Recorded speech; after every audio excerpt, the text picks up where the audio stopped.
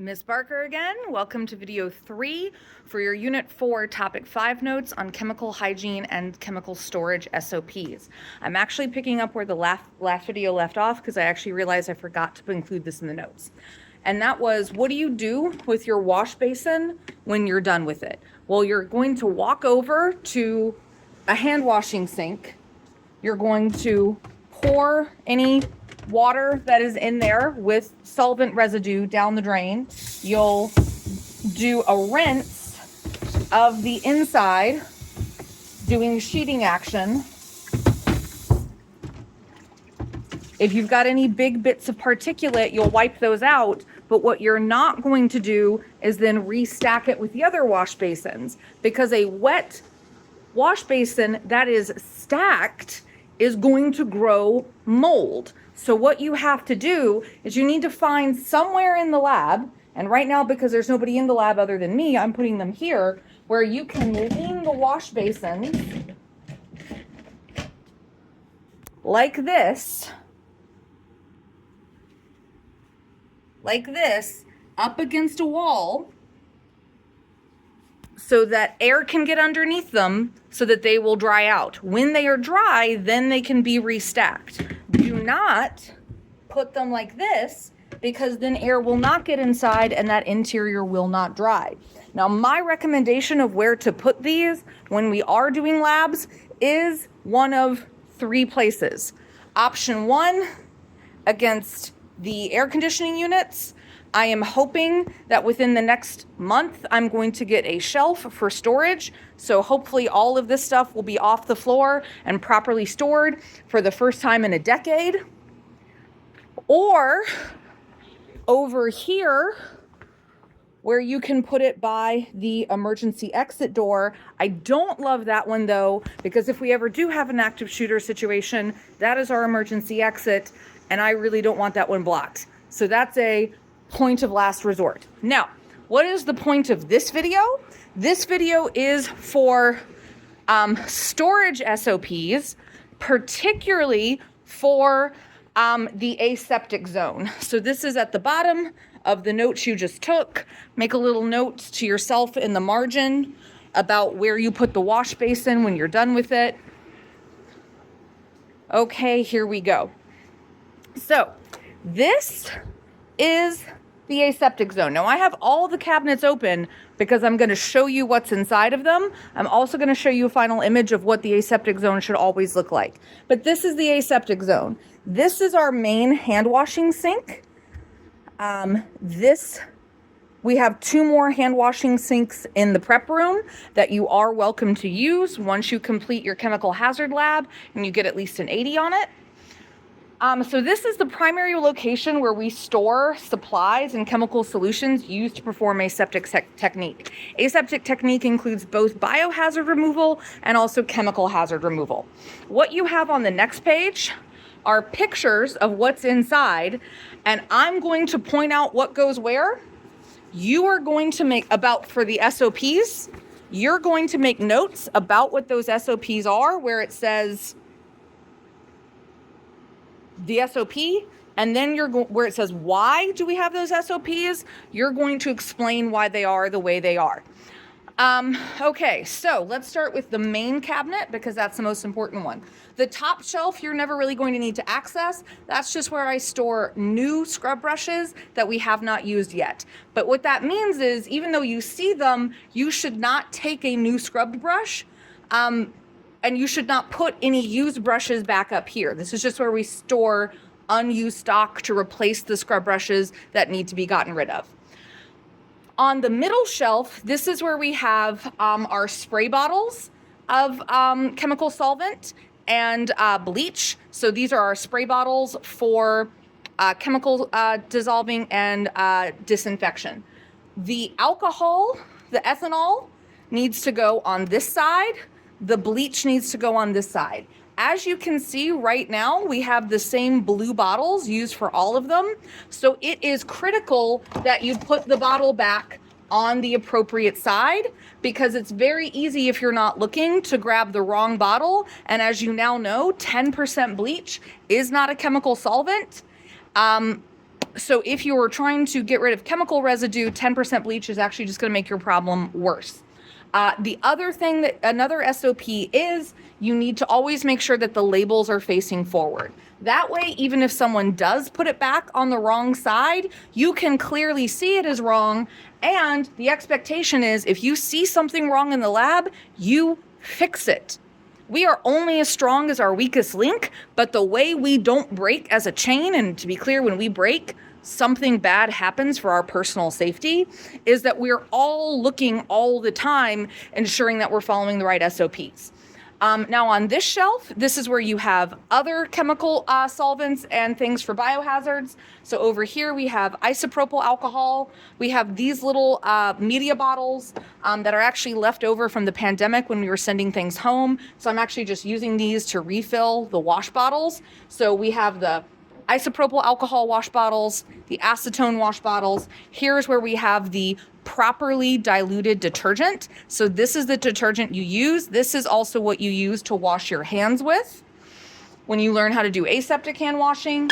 Beside that, we have the Alkanox detergent. This is not, and then the Alkanox stock for when we make more. This is not what you use for hand washing, because remember, this is a biohazard detergent and your hands are made of cells. You do not want to wash your skin with this. Just so you know, I do wash the lab coats in that, which is why lab coats should not touch your bare skin. And that's also why if you are wearing a uniform that your coach washes in our washing machines and your skin's really itchy, it's because there's Alkanox residue in the washer your coach isn't supposed to be using in the first place, and it's killing your skin cells. Take it up with Mr. De Silva and Principal Stafford. We've tried. Dr. Schuster and I have tried. And then finally, we have the distilled water wash bottles. They all go here. I do have a sign reminding you of what I just said in the last lab. If this sign is here, you can assume that we still have limited distilled water, and therefore you need to do your sheeting action by just running whatever you're washing under the tap water like you see me doing here.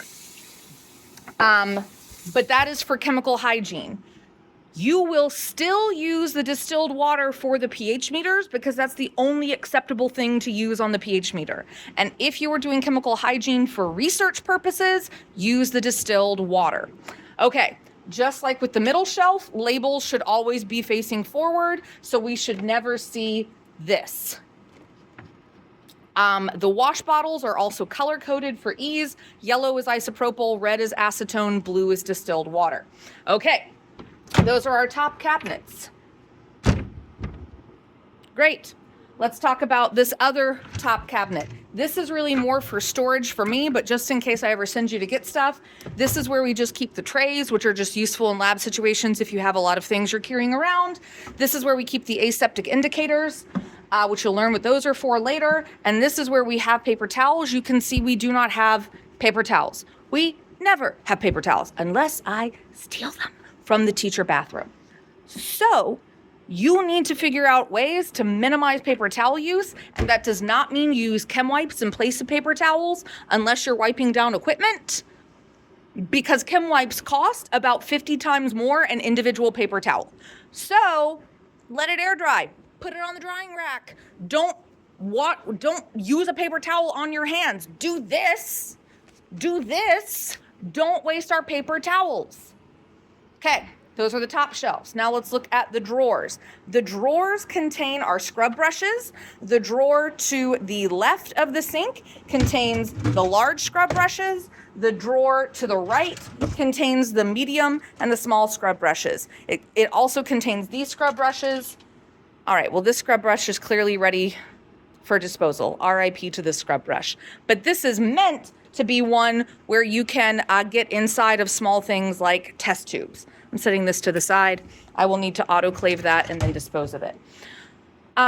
Never, ever, ever, ever put a wet scrub brush, or for that matter, a wet bottle, into these cabinets, because these cabinets are made of Wood. Wood is permeable. Water will permeate the wood. The water will cause the wood to mold. And then our aseptic zone becomes the source of our lab's contamination. So when you are done using a scrub brush, you take it, you rinse it so that there isn't excess soap or residue or solvent on it, and you put it on a drying rack. You only return the scrub brushes when they are fully dry off the drying rack. And we want the handles facing down and the scrubby part facing up, because that's just more efficacious for reaching in to grab it. Last but not least, we have the bottom cabinet shelves. This is where I keep the stock solution for all of our cleaning solutions. So you can see here, this is where I have stock detergent and stock bleach. That does not mean that that is in fact, the fact that it's stock tells you that's more concentrated than it should be. You don't use that detergent to actually do chemical hygiene or wash your hands with. It has to be properly diluted. But when I tell you to make a cleaning solution from stock, this is where you come to find the stock. So I'm now closing that. And then last but not least, this is where the wash basins are stored. You see we have a bunch in several sizes. This is also where the laminated SOPs are. You only put them here when they're dry. Do not put them like this, because then they stick out and they become a tripping hazard. They need to be put in like that so that they do not extend beyond the cabinet, and then they're not a tripping hazard. Finally, I know I've said finally third time, ha ha ha, let's all laugh at it.